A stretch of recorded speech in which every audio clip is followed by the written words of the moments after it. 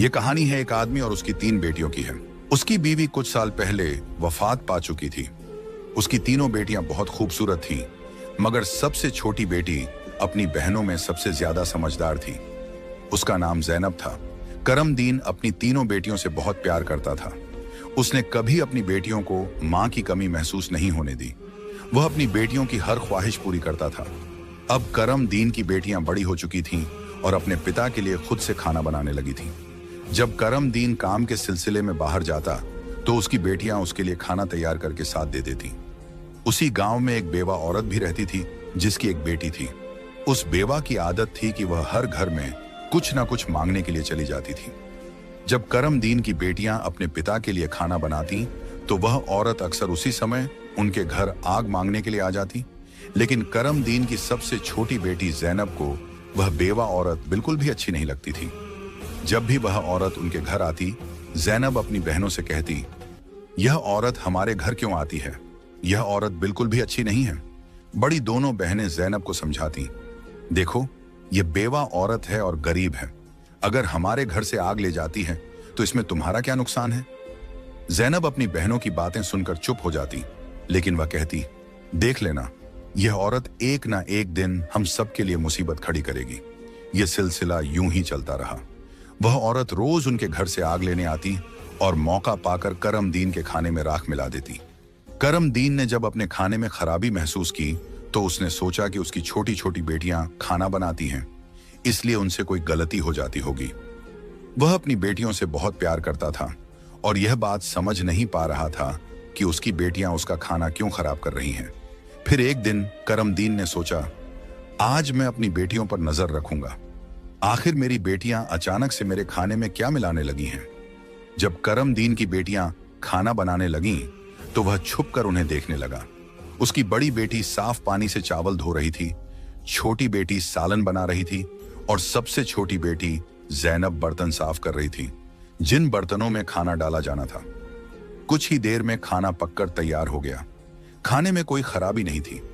करमदीन परेशान था, लेकिन फिर अचानक उसने जो देखा उससे उसके पैरों तले जमीन खिसक गई।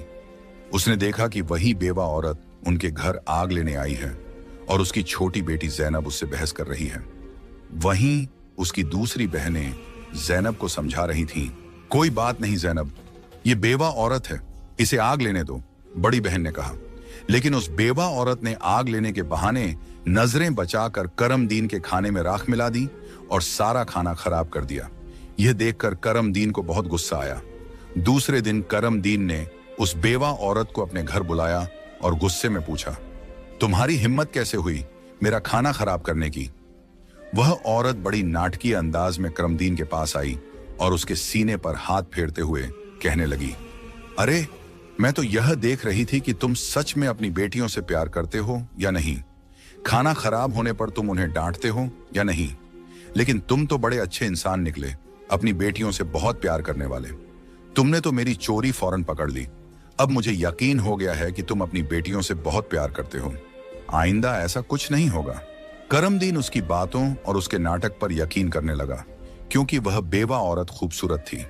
करमदीन उसके व्यवहार से प्रभावित होकर कुछ भी कहने की बजाय उसे अपनी पत्नी बनाने का फैसला कर बैठा। कुछ ही दिनों में उसने अपनी बेटियों की इजाजत के बिना उस बेवा औरत से शादी कर ली और उसे अपने घर ले आया। शादी के कुछ ही दिनों बाद वह बेवा औरत करमदीन की तीनों बेटियों से सख्त नफरत करने लगी। वह चाहती थी कि किसी भी तरह करमदीन की बेटियां इस घर से निकल जाएं। उसने उन्हें घर से निकालने के लिए तरह तरह के मंसूबे बनाने शुरू कर दिए।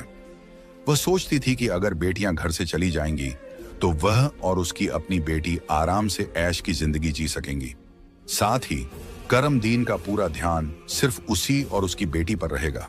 वह जानती थी कि करमदीन अपनी बेटियों से बहुत मोहब्बत करता है और उन्हें जरा भी दुखी नहीं देख सकता। उसकी अपनी बेटी हमेशा कीमती कपड़े पहनकर घूमती रहती थी, जिससे वह मॉडर्न लगती थी। लेकिन सौतेली मां ने करमदीन की तीनों बेटियों को घर का सारा काम करने पर मजबूर कर दिया। वह उन्हें ठीक से पेट भर खाना भी नहीं देती थी और धीरे धीरे उनकी दूसरी जरूरतें भी कम कर दी। तीनों बहनें हर समय दुखी रहने लगी। एक दिन 2 बड़ी बहनें रो रही थीं, तो ज़ैनब अपनी बड़ी बहनों के पास आई और कहने लगी, प्यारी बहनों, आओ हम तीनों कहीं बाहर चलें ताकि हमारा दिमाग फ्रेश हो जाए।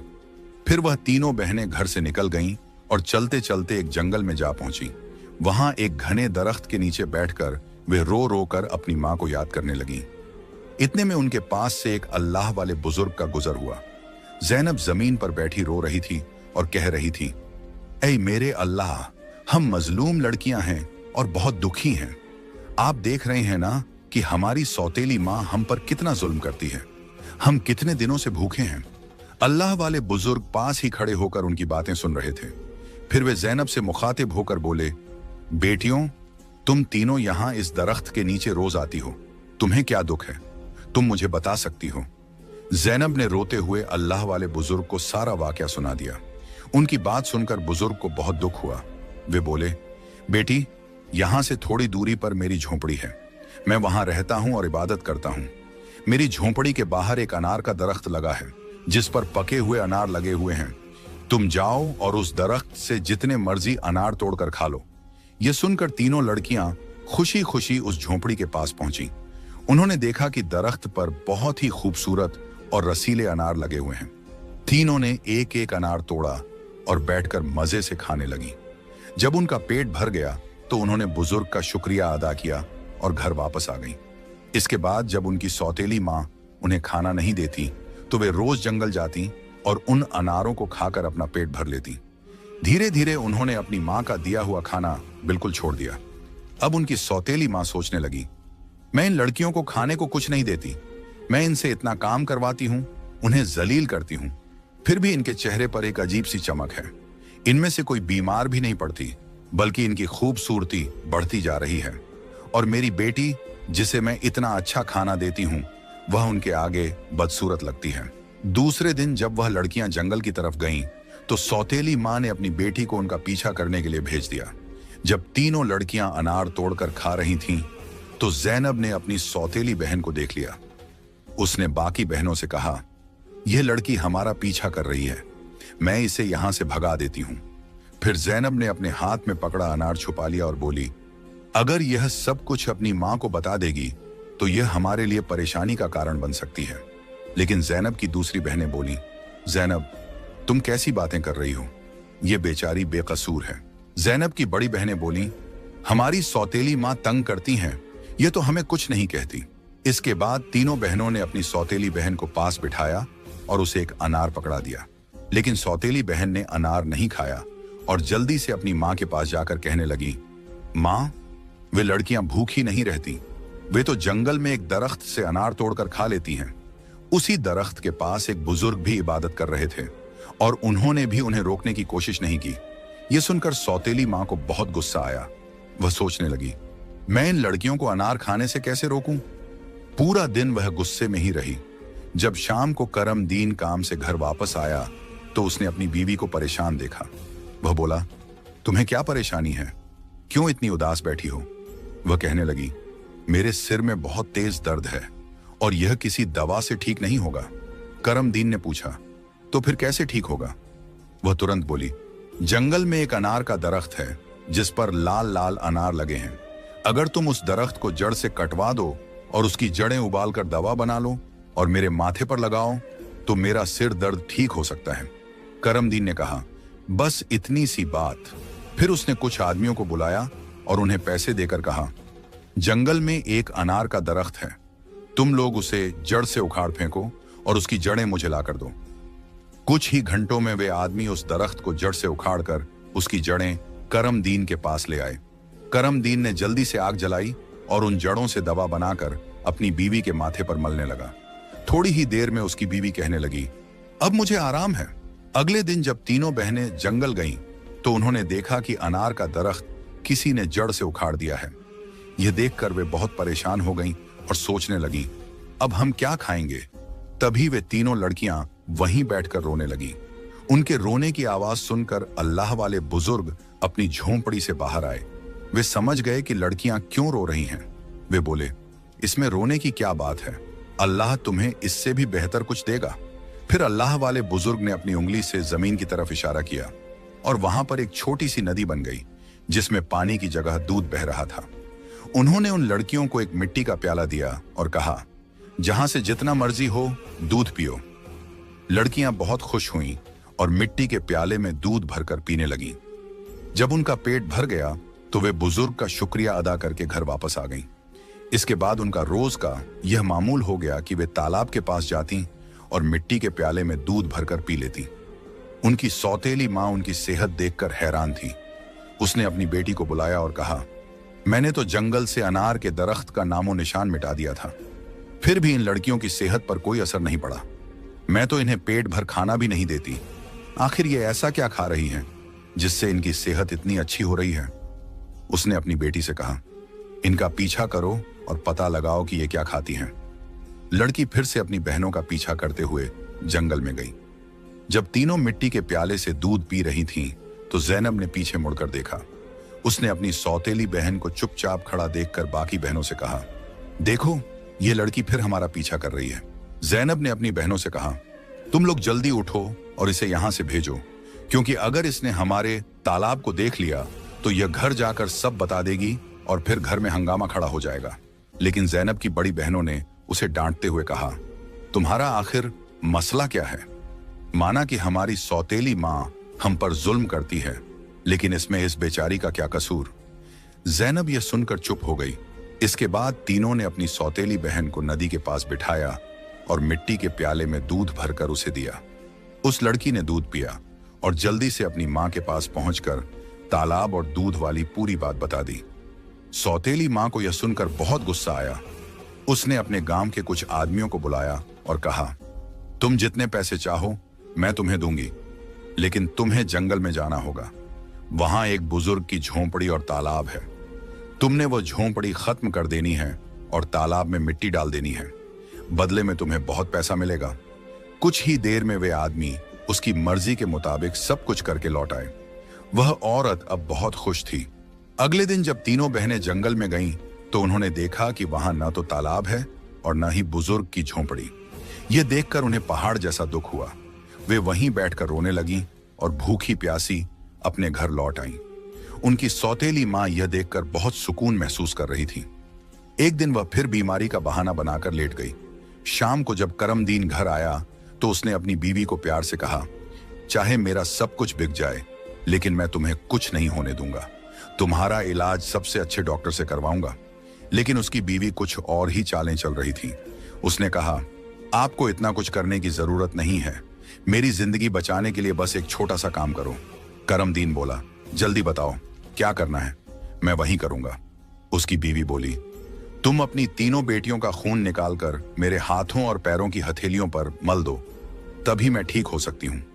यह सुनकर करमदीन की आंखों में आंसू आ गए, क्योंकि वह अपनी बेटियों से बेहद मोहब्बत करता था। वह चुपचाप कमरे से बाहर निकला और अपनी बेटियों को ढूंढने लगा, लेकिन बेटियां घर में नहीं थीं। वह परेशान होकर उन्हें ढूंढते ढूंढते कब्रिस्तान पहुंचा।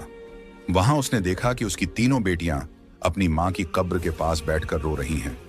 यह देखकर करमदीन का दिल कांप गया। एक तरफ उसकी बीवी की ख्वाहिश थी और दूसरी तरफ उसकी बेटियों की जिंदगी। करमदीन को समझ नहीं आ रहा था कि वह क्या करे। उसने सोचा कि उसकी बीवी उसकी बेटियों से कभी खुश नहीं होगी और उसकी बेटियां अपनी सौतेली मां के साथ खुश नहीं हैं। इसलिए उसने फैसला किया कि बेटियों को कहीं दूर ले जाएगा। उसने अपनी बेटियों को गले लगाया और कहा, ऐ बेटियों, तुम क्यों परेशान होती हो? मैं तुम्हें कहीं और ले चलता हूं। वह अपनी बेटियों को एक घने जंगल में ले गया। वहां उसने मिट्टी का चूल्हा बनाया और बेटियों को खाना बनाकर खिलाया। जब बेटियों ने पेट भरकर खाना खा लिया तो वे एक दरख्त के नीचे सो गईं। करमदीन ने अपनी बेटियों को वहीं सोते हुए छोड़ दिया और वहां से भाग गया। उसके दिल में यही ख्याल था कि कम से कम मेरी बेटियां जिंदा तो रहेंगी और अपनी सौतेली मां के जुल्म से बची रहेंगी। रास्ते में उसने एक हिरण का शिकार किया और उसका खून लेकर अपनी बीवी को दे दिया। उसकी बीवी ने वह खून अपने हाथों और पैरों पर लगाया और खुश होकर कहा, अब मुझे आराम है। उसे यकीन हो गया कि करमदीन ने अपनी बेटियों को मार दिया। दूसरी तरफ जब तीनों बहनें जागीं तो उन्होंने देखा कि उनका बाप उन्हें छोड़कर जा चुका है। वे अपने बाप को पुकारने लगीं। जंगल में जंगली जानवरों की आवाजें सुनकर वे डर गईं और रोने लगीं। इत्तेफाक से उसी जंगल में 3 दोस्त शिकार के लिए आए थे। जब वे शिकार करके लौटने लगे तो उनमें से एक दोस्त, जिसका नाम नासिर था, कहने लगा, मुझे लगता है, नासिर ने कहा, यहां कोई मुसीबत में है। क्या तुम लोग किसी के रोने की आवाज नहीं सुन रहे? मुझे तो किसी के रोने की आवाज आ रही है। चलो जल्दी से देखते हैं, शायद किसी को हमारी मदद की जरूरत हो। फिर तीनों दोस्त आवाज की दिशा में चल पड़े। आगे जाकर उन्होंने देखा कि 3 खूबसूरत लड़कियां बैठी हुई रो रही हैं। नासिर आगे बढ़ा और उनसे पूछा, तुम यहां अकेली क्या कर रही हो और इतना क्यों रो रही हो? जैनब ने नासिर को अपनी पूरी कहानी सुना दी। लड़कों को उन पर बड़ा तरस आया। वे आपस में कहने लगे, क्यों ना हम इन लड़कियों से शादी कर लें? इन्हें एक छत मिल जाएगी और हमारी जिंदगी भी सुकून से गुजरने लगेगी। फिर उन तीनों लड़कों ने उन तीनों लड़कियों से शादी कर ली। जैनब की शादी नासिर के साथ हो गई। संयोग से उन तीनों दोस्तों के घर पास पास थे। तीनों बहनें खुशी खुशी अपने अपने घरों में रहने लगीं। 1 साल के बाद जैनब के घर में बेटे की पैदाइश हुई। ये देखकर नासिर के दोस्त और जैनब की बहनें बहुत खुश हुईं। धीरे धीरे जैनब का बेटा 2 साल का हो गया। एक दिन नासिर ने अपने दोस्तों से कहा, मेरा आज फिर जंगल में शिकार करने का मन हो रहा है, चलो शिकार पर चलते हैं। लेकिन उसके दोस्तों ने मना कर दिया और कहा, हमें तो किसी जरूरी काम से जाना है, हम तुम्हारे साथ जंगल नहीं जा सकते। नासिर ने जैनब से इजाजत ली और अकेला ही जंगल में शिकार के लिए चला गया। लेकिन इसके बाद कई दिन गुजर गए और नासिर घर वापस नहीं आया। जैनब बहुत परेशान हो गई। उसकी बहनें भी उसकी चिंता देखकर चिंतित हो गईं। जैनब के जीजा नासिर के दोस्त ने उसे तसल्ली देते हुए कहा, तुम फिक्र मत करो, हम नासिर को ढूंढकर जरूर वापस लाएंगे। लेकिन करनी खुदा की यह हुई कि नासिर के दोस्त भी उसे ढूंढने जंगल गए, लेकिन वे भी वापस नहीं लौटे। उन तीनों बहनों पर एक बार फिर से गम का पहाड़ टूट पड़ा। एक दिन जैनब अपने बेटे को सुला रही थी कि दरवाजे पर दस्तक हुई। उसने जल्दी से जाकर दरवाजा खोला तो क्या देखती है कि एक बुजुर्ग फकीर जिसने हरे रंग के कपड़े पहने हुए थे दरवाजे पर खड़ा है। जैनब उसे देखकर बोली, बाबा, मेरा शौहर घर पर नहीं है, मैं आपको घर में आने की इजाजत नहीं दे सकती। जब मेरा शौहर आएगा तब आप आ जाना। उस पर फकीर बोला, बेटी, मुझे बहुत भूख लगी है, किसी भूखे को खाना खिलाने में क्या हर्ज है। जैनब ने मजबूरी में उस फकीर को घर में बुला लिया और उसके लिए खाना बनाने लगी। लेकिन वह जादूगर फकीर बुरी नजरों से जैनब को देखता रहा। फिर वह जादूगर उठकर जैनब के करीब आया और बोला, सुनो लड़की, तुम मुझे बहुत अच्छी लगती हो, अपने बेटे को छोड़ दो और मुझसे शादी कर लो। जैनब डर के मारे कांपने लगी और बोली, बाबा, आप कैसी बातें कर रहे हैं? मैं शादीशुदा हूं और एक बच्चे की मां हूं। आपकी हिम्मत कैसे हुई ऐसा कहने की? यह सुनकर जादूगर फकीर को गुस्सा आ गया। उसने अपने जादू से जैनब को कुतिया बना दिया और उसके गले में रस्सी डालकर खींचते हुए ले जाने लगा। इधर जैनब का बेटा जोर जोर से रो रहा था। जैनब की बहनों ने जब उसके बेटे के रोने की आवाज सुनी तो वे भागती हुई उसके घर आईं। उन्होंने जल्दी से जैनब के बेटे को गले लगाया और अपनी बहन को घर में ढूंढने लगी। लेकिन उन्हें जैनब कहीं नजर नहीं आई। उनकी सौतेली मां के बाद अब जैनब भी गायब हो चुकी थी। वक्त इसी तरह गुजरता रहा। अब जैनब को गुम हुए भी 14 साल का लंबा वक्त गुजर चुका था। इस दौरान जैनब का बेटा जवान हो चुका था। उसे उसकी दोनों खालाओं ने मिलकर पाला था। एक दिन जैनब की खालाओं ने उसे उसकी मां के बारे में सारी सच्चाई बताई। यह सुनकर वह बहुत परेशान हो गया और बोला, खाला, आज मैं अपने माँ बाप को जरूर ढूंढने जाऊंगा। उसकी खालाओं ने उसे समझाते हुए कहा, बेटा, जो होना था वह हो चुका, जिन्हें जाना था वे चले गए। अब हम तुम्हें नहीं खोना चाहती। हमारे शौहर भी जंगल गए थे और वे भी कभी वापस नहीं आए। अगर तुम भी चले गए तो हम किसके सहारे जीएंगी? लेकिन लड़के ने कहा, खाला, आप फिक्र मत कीजिए, मैं अपने बाप और बाकी सबको ढूंढकर वापस जरूर लाऊंगा। फिर वह लड़का जंगल की तरफ निकल पड़ा। कई दिनों तक जंगल में इधर उधर भटकता रहा, लेकिन उसे कुछ समझ नहीं आया कि वह अपने माँ बाप को कहाँ ढूंढे। इसी तरह तलाश करते करते वह एक ऐसे इलाके में पहुंचा जो पूरी तरह पत्थरों का इलाका था। वहां उसने पत्थर की इमारतें देखी और एक खूबसूरत छोटा सा पत्थर का घर देखा। वह गौर से उस घर को देख रहा था कि तभी उस घर से एक बुजुर्ग बाहर आए और बोले, बेटा, तुम यहां नए लगते हो, तुम्हें इस खतरनाक इलाके में आने की क्या जरूरत थी? लड़के ने जवाब दिया, बाबा जी, मैं अपने माँ बाप और ताया जी को ढूंढने के लिए यहां आया हूं।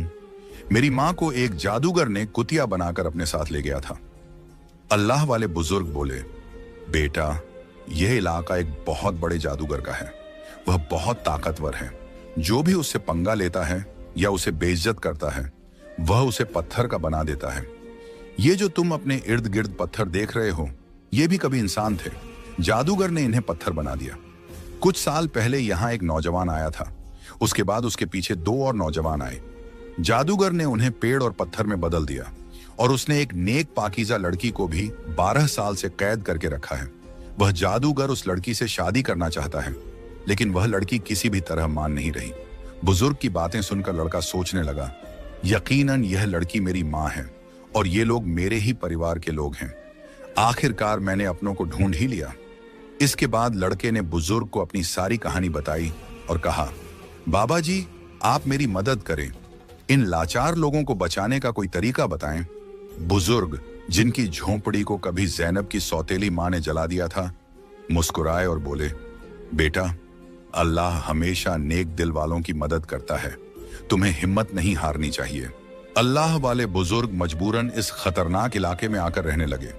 उन्होंने लड़के से वादा किया, मैं तुम्हारा साथ जरूर दूंगा। बुजुर्ग सोचने लगे, क्या पता इस लड़के की मां को छुड़वाने से बाकी कैदियों को भी जादूगर की कैद से आजादी मिल जाए।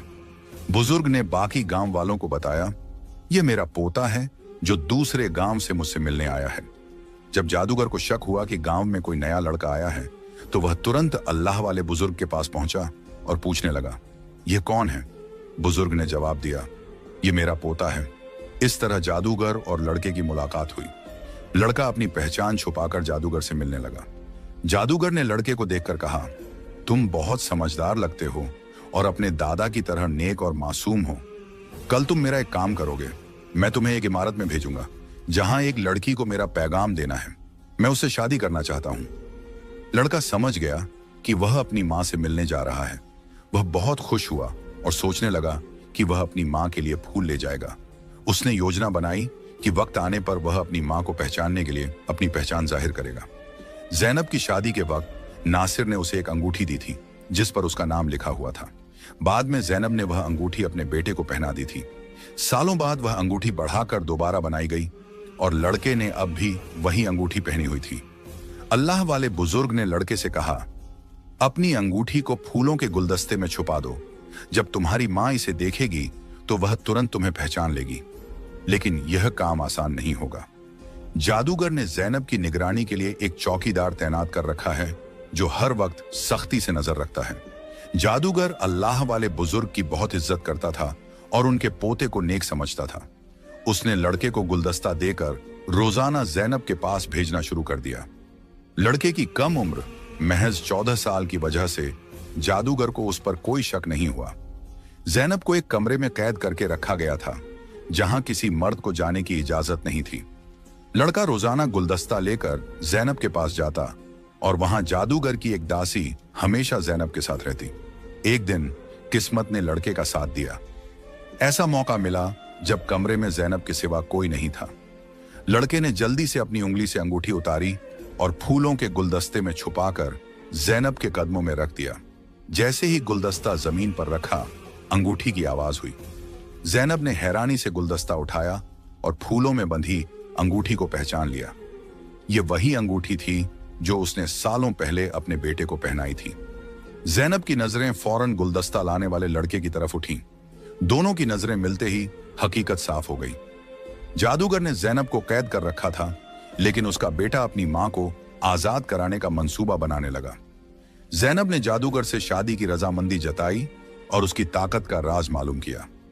जादूगर ने बताया कि उसकी जान एक तोते में है जो एक पिंजरे में बंद है और एक घने जंगल के दरख्त के नीचे सख्त पहरे में रखा गया है।